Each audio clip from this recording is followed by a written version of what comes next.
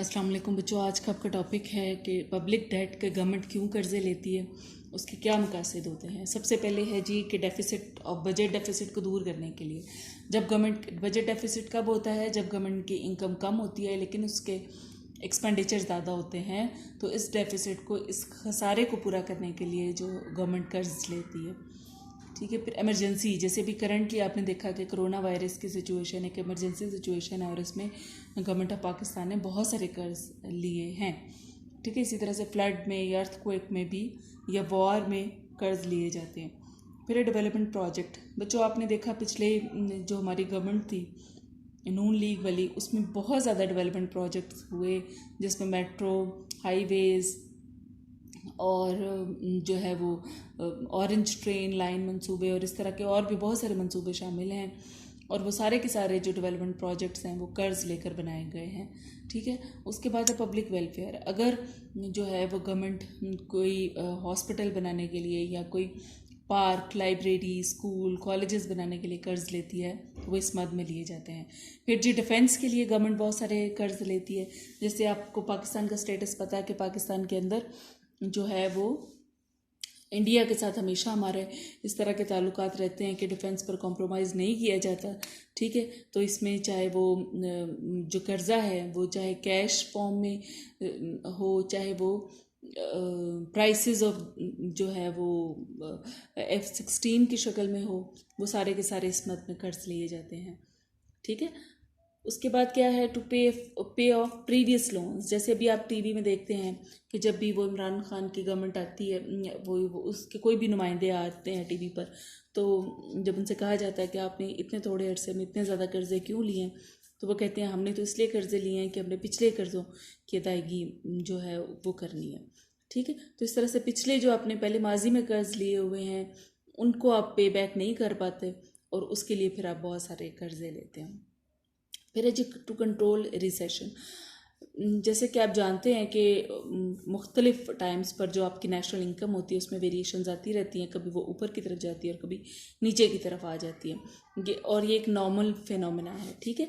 ये जब नीचे की तरफ आती है और जब ये अपने लोएस्ट पॉइंट पर होती है, ये सारा बच्चों, ये सारा जो पीरियड होता है ये सारा रिसेशन का पीरियड कहलाता है। और इस की रेमेडी क्या होती है कि इकोनॉमी को बूस्ट करने की ज़रूरत होती है, उसके अंदर इंजेक्शंस डालने की ज़रूरत होती है।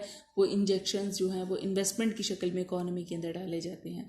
तो इस रिसेशन से निकलने के लिए भी गवर्नमेंट जो है वो कर्जे लेती है। ठीक है। फिर है जी deficit in balance of payment.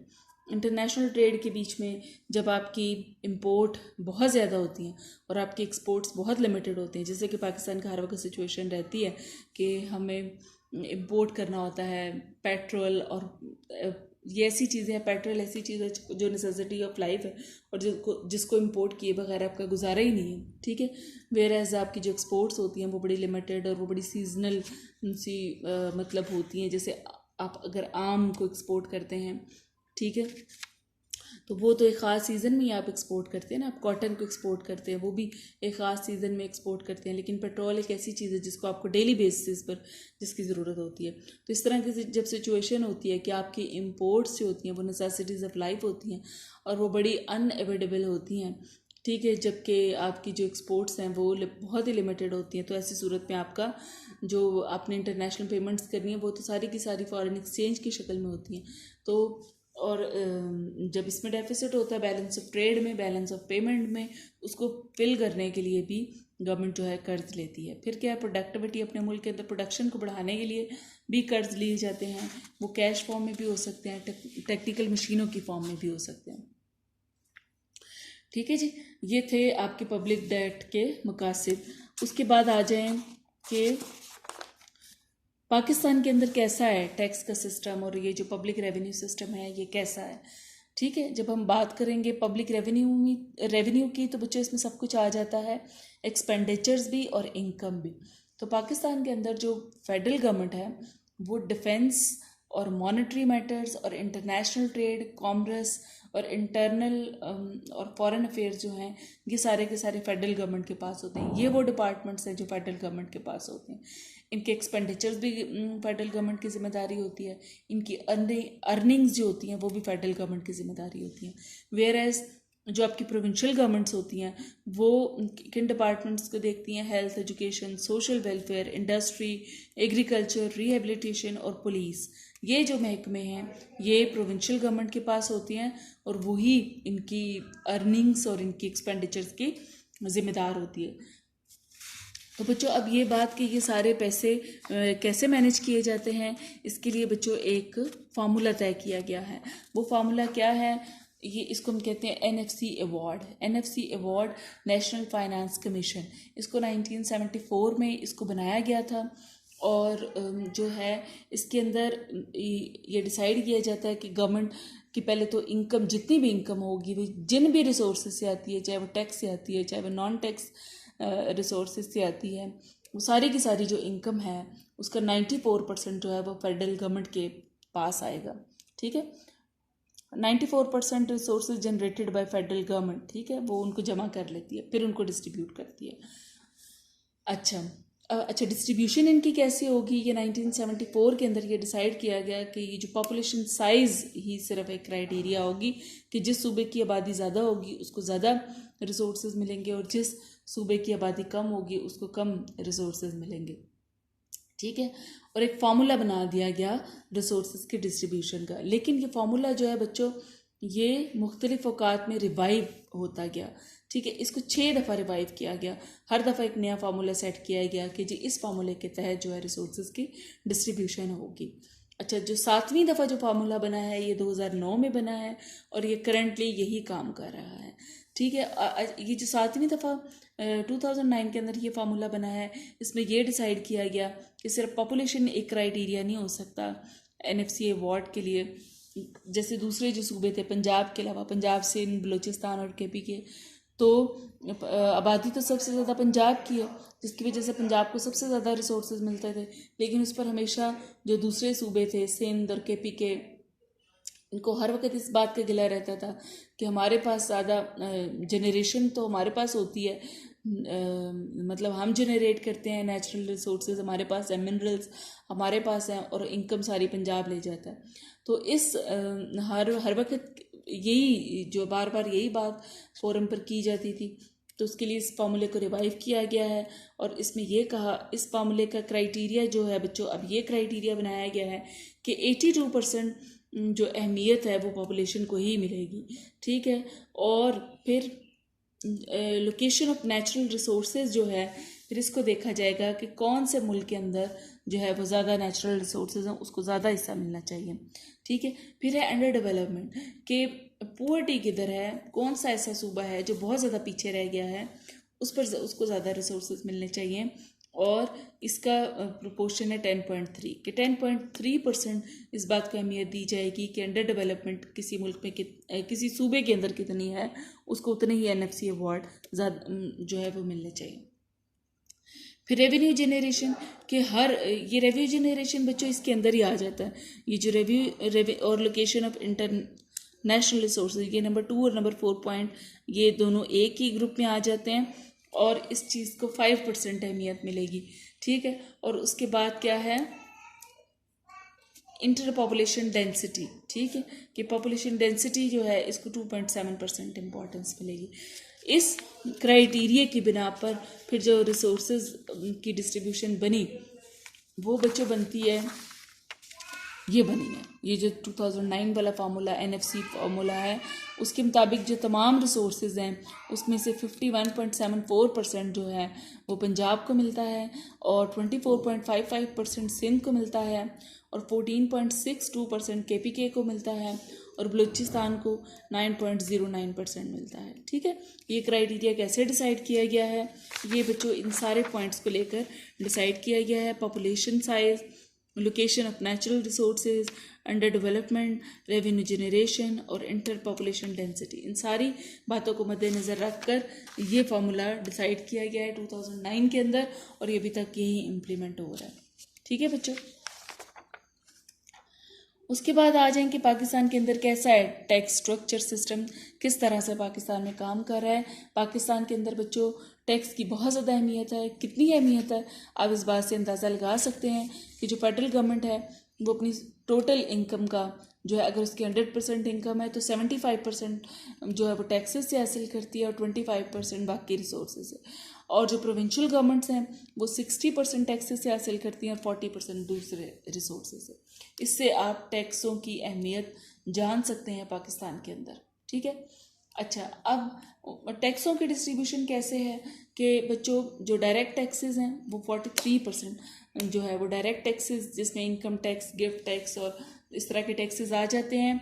43% जो है वो डायरेक्ट टैक्सेस हैं और 57% जो है इनडायरेक्ट टैक्सेस हैं। इनडायरेक्ट टैक्सेस में बच्चे सबसे इम्पॉर्टेंट सेल्स टैक्स होता है। सेल्स टैक्स आप जानते हैं कि उसको प्राइस में ऐड कर दिया जाता है।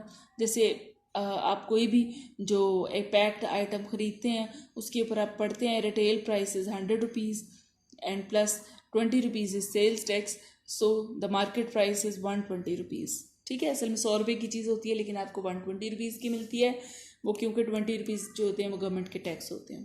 तो वो कहता है कि ये जो स्ट्रक्चर है ना आपका, जिसके अंदर इनडायरेक्ट टैक्सेस का रेशो बहुत ज़्यादा है और डायरेक्ट टैक्सेस का कम है, तो ये इन्फ्लेशन को प्रोवोक करते हैं। इससे मुल्क के अंदर हमेशा इन्फ्लेशन का जो मसला है वो बहुत ज़्यादा रहता है।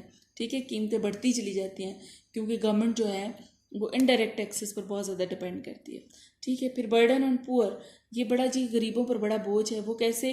क्योंकि जो डायरेक्ट टैक्स उसी पर लगेगा ना जिसकी इनकम ज़्यादा होगी, सिर्फ वही टैक्स देगा जो जिस 2 लाख से ज़्यादा महाना कमाता है, वही डायरेक्ट टैक्स की रेंज में आता है। ठीक है, 2 लाख से कम कमाने वाले तो डायरेक्ट टैक्स की ब्रैकेट में आते ही नहीं है। ठीक है, लेकिन इनडायरेक्ट ऐसा टैक्स है जो नेसेसिटीज़ के ऊपर लगा दिया जाता है। ठीक है, बेसिक जो नीड्स ऑफ लाइफ होती हैं उनके ऊपर लगा दिया जाता है, और वो सारी जो नेसेसिटीज़ हैं वो गरीब लोगों ने भी परचेज़ करनी होती हैं, जैसे साबुन, आटा, चीनी, सर्फ, शैम्पू, इस तरह की चीज़ों पर जब टैक्स लगता है तो वो तो गरीबों ने भी परचेज़ करनी है। सो वो भी इनडायरेक्ट टैक्स की ब्रैकेट में आ जाते हैं और उनको चीज़ों की ज़्यादा कीमतें के पे करनी पड़ती हैं, इसलिए it is burden on poor. उसके बाद क्या है? Ineffective tax system. ठीक है, ये इनइफेक्टिव है। एक अच्छा टैक्स सिस्टम वो होता है जो आपके मुल्क के अंदर, आपकी इकोनॉमी के अंदर इक्वल डिस्ट्रीब्यूशन ऑफ वेल्थ को लेकर आए। ठीक है, टैक्स का जैसे हमने डेफिनेशन भी पढ़ी थी ना, एक इकोनॉमिस्ट की डेफिनेशन थी कि जो अच्छा टैक्स सिस्टम वो होता है कि जो दलदलों से वाटर वेपर्स ले और उनको बागों पर बरसाए। ठीक है, और एक बुरा टैक्स सिस्टम क्या होता है कि जो बागों और खेतों की नमी को ले और उसको जाकर दलदलों और समंदरों पर गिरा दे। ठीक है, ये एक बड़ी अच्छी जो है जामिया सी डेफिनेशन है अच्छे टैक्स सिस्टम की। तो ये तो इनइफेक्टिव टैक्स सिस्टम हुआ क्योंकि ये जो है अनइक्वल डिस्ट्रीब्यूशन ऑफ वेल्थ को नहीं सही कर पाया। इतने अरसे से अमीर और अमीर होते चले जाते हैं, गरीब और गरीब होते चले जाते हैं। So it's not a good system. लेकिन वो कहता है ईजी और सिंपल है। सिंपल इसमें कवानीन है, प्रोग्रेसिव इसमें टैक्स लगते हैं। जो डायरेक्ट टैक्सेस हैं वो प्रोग्रेसिव हैं कि जैसे जैसे इनकम बढ़ती चली जाती है तो वो इनकम टैक्स बढ़ते चले जाते हैं, लेकिन जो है वो लोग इसमें फिर भी आते नहीं हैं, ये इसकी बुराई है। उसके बाद क्या है कि इलास्टिक है। हमारा जो टैक्स सिस्टम है वो बड़ा इलास्टिक है। जब गवर्नमेंट को ज़रूरत होती है वो नए टैक्सेस लगा देती है। जैसे वो कहते हैं 1973 में जब फ्लड आया था तो गवर्नमेंट ने नए टैक्स लगा दिए। 1998 के अंदर जो एटॉमिक ब्लास्ट के नतीजे में बहुत सारी इकनॉमिक जो थी वो सेंक्शन लग गई पाकिस्तान के ऊपर, तो उस ज़माने में भी गवर्नमेंट ने जो थे नए टैक्सेस लगा दिए। सो ये इस लिहाज से फ्लेक्सिबल है कि गवर्नमेंट को जब ज़रूरत पड़ती है वो नए टैक्सेस लगा देती है। ठीक है, फिर अगला इसका पॉइंट क्या है कि major share in national income के 10.8% ऑफ GDP जो है वो टैक्सेस से जमा होती है। फिर क्या है? डेफिसिट फाइनेंसिंग भी पाकिस्तान में की जाती है। पाकिस्तान के अंदर टैक्सेस जो हैं उनसे हासिल होने वाली इनकम जो है वो गवर्नमेंट को हमेशा नाकाफ़ी रहती है, सो वो नए नोट बिछाती हैं। फिर जो टैक्स एवेजन का बड़ा रिवाज है हमारे मुल्क में, लोग किसी न किसी तरीके से टैक्स से बच ही जाते हैं। कैसे बचते हैं? कोई रिश्वत के तरीके से या वो मिस इन्फॉर्मेशन के तरीके से वो टैक्स से बच जाते हैं। और ये आपका टैक्स सिस्टम जो है ये इकोनॉमिक डेवलपमेंट के रास्ते में बहुत बड़ी रुकावट है। कैसे रुकावट है? क्योंकि जो आपके जो अमीर लोग हैं वो नहीं टैक्स पे करते, जितनी उनकी इनकम है, जितने उनके एसेट्स हैं, वो उस लिहाज से कुछ भी टैक्स पे नहीं करते, ठीक है। लेकिन जो गरीब लोग हैं वो ना ही उनमें इतनी सलाहियत होती है कि वो छुपा सकें, ठीक है, और ना ही उनके पास कुछ होता है छुपाने के लिए। सो उनके ऊपर टैक्सों का बोझ बढ़ता चला जाता है, जिसकी वजह से उनका लाइफ स्टैंडर्ड और नीचे आता चला जाता है। उनकी डिस्पोजेबल इनकम्स गिर जाती हैं, जिससे उनकी सेविंग्स गिर जाती हैं, उनकी इन्वेस्टमेंट गिर जाती हैं। जबकि अमीर लोग जो होते हैं उनके एसेट्स होते ही मुल्क से बाहर है, ठीक है। सो ये इकनॉमिक डेवलपमेंट के रास्ते में बहुत बड़ी रुकावट है, ठीक है। इस सिस्टम को ठीक कैसे कर सकते हैं? इस सिस्टम को ठीक करने का यही तरीका है कि डायरेक्ट टैक्सेस को बढ़ाएं, इनडायरेक्ट टैक्सेस को कम करें, और ये जो टैक्स एविजन है, ये जो लोग टैक्स से बच जाते हैं, दूसरे मुल्कों में अपने एसेट्स ले जाते हैं, उसको किसी तरह से कंट्रोल करें, इसको मज़ीद सिंपल कर दें। और ये जो इसकी कामयाबी सिर्फ इसी बात में मुमकिन है कि आप ये जो इनकम डिस्पैरिटी है इसको किसी तरीके से कम करें, ठीक है। अमीरों पर ज़्यादा टैक्सेस लगाएं और गरीबों पर ज़्यादा जो है उनकी वेलफेयर पर खर्च करें, तो ही आप एक अच्छे सिस्टम की तरफ जा सकते हैं, ठीक है, वरना ऐसे ही रहेगा सब कुछ।